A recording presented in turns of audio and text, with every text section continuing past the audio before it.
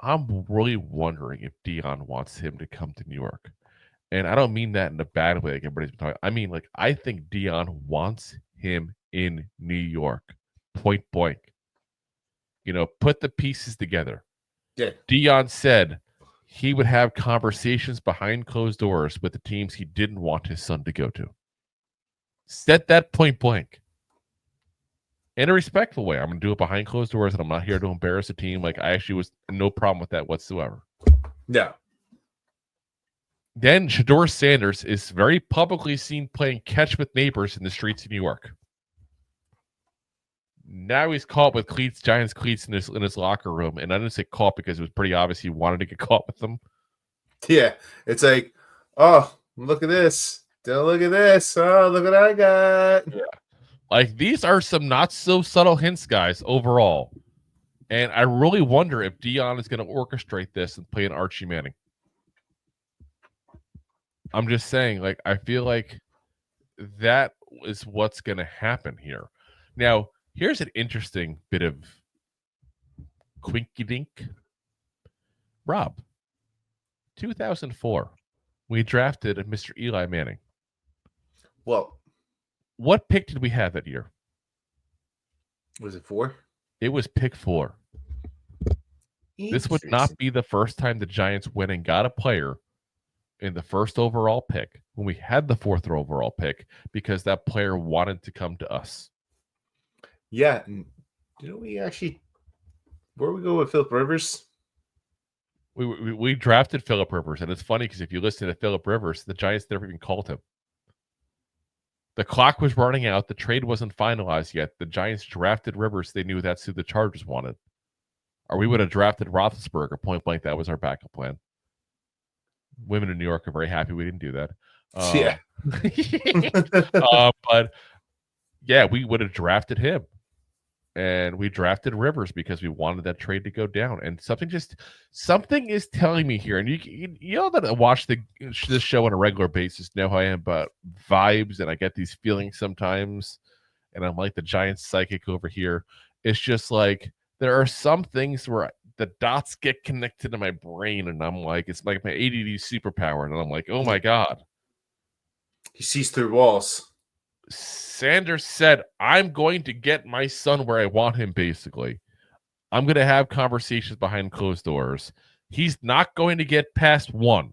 The Giants are going to have the number 1 pick. And all of a sudden, here's all the signs. Here's him playing catch with Nabers. Here's the cleats. And now the Giants are at 4, and you don't hear anything at all. And I'll say this to Shedeur. I saw a video of him talking to people, and they were asking him point blank where he wanted to go. And he refused to comment. Good move, Sanders, because you don't know where you're going. Good move. I'm going to give him on that. That actually, because we talked about it, I'm a little nervous about his personality. That was a damn good thing I saw. I give him kudos on that. And like I said, I'm not anti-Sanders. It's just some things he's done has made me a little nervous. That makes me very not nervous when I see something like that. Yeah. But something makes me wonder if in the end we would have gone ahead, we can go ahead and get Shedeur Sanders because Deion wants him to go there, and he's going to pull an Archie Manning. Something just tells me that's what's going to happen. And I have this weird vibe in my head that we're going to get Shedeur Sanders, hell or high water, because Deion's going to make it happen. And I think Deion wants him in a large market. He understands the financial implications that happens with playing in a large market. I think he understands that Nabers is a guy that he wants to play with. I think he understands that there are some pieces here. It's a raw city.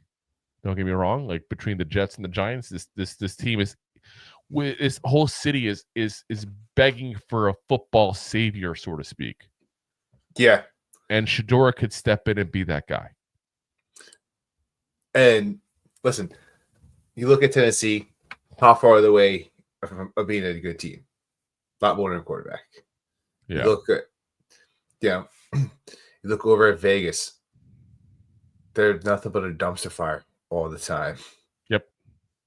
And like, why would you like? there's an appeal to go out to Vegas to be a Raider because like there's a history with the team, but Yeah. that history's passed before most of these guys coming out of college before they were born. Yeah. They've been bad for decades. And then number one, you got the Pats, and they're probably not moving on from A. No. So, and they'd be stupid not to trade back.